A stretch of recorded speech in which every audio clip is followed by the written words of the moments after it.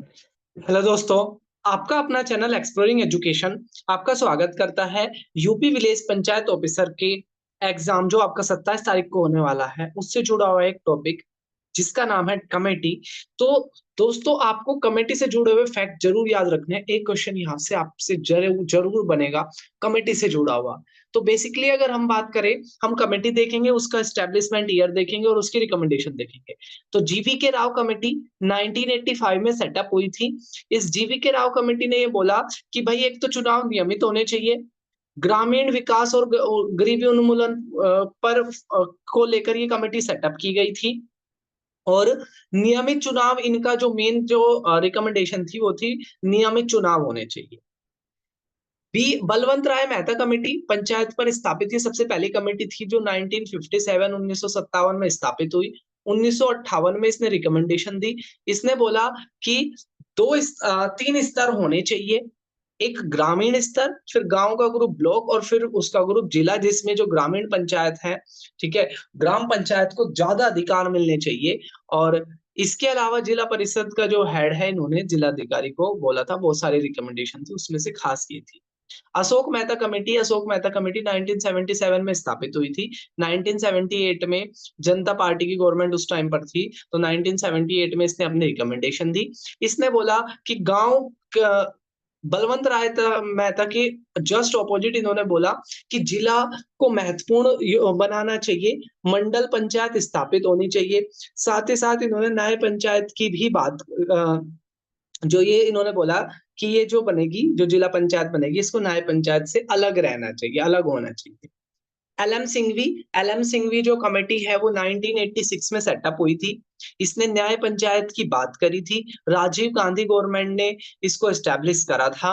और इसका इसने का जो मेन रिकमेंडेशन थी, उन्होंने बोला कि जो पंचायत है इसको संवैधानिक दर्जा यानी कि कॉन्स्टिट्यूशनल स्टेटस दे दो, संविधान में इसको लिख दो और इसको सरकार का तीसरा स्तर बना दो। पीके थुंगन कमेटी पीके थुंगन जो कमेटी थी वो 1988 में सेटअप हुई थी।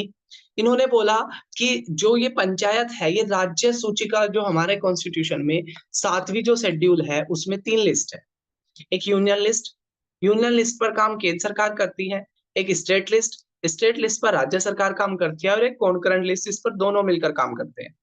तो ये जो कमेटी थी पीके थुंगन 1986 में जो 1988 में जो स्टैब्लिश हुई थी, इन्होंने ये बोला कि जो पंचायत है इसको स्टेट लिस्ट से हटाकर सेंट्रल लिस्ट का दर्जा दे दिया जाना चाहिए।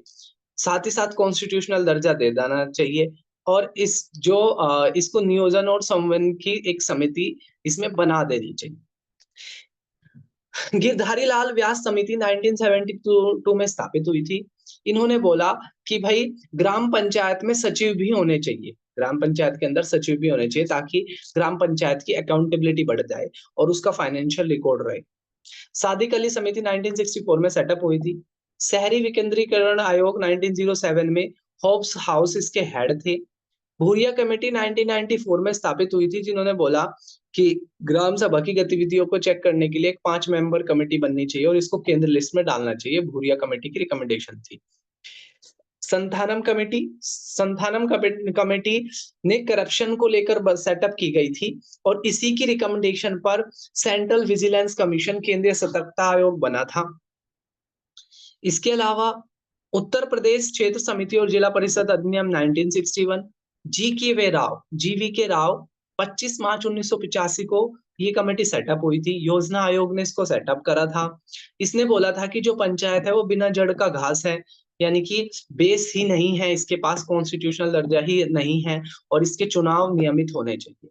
तो नियमित चुनाव जी के वे राव, कॉन्स्टिट्यूशनल दर्जा पीके थुंगन कमेटी, 3 स्तर की सरकार बलवंत राय मेहता कमेटी, 2 स्तर की सरकार अशोक मेहता कमेटी।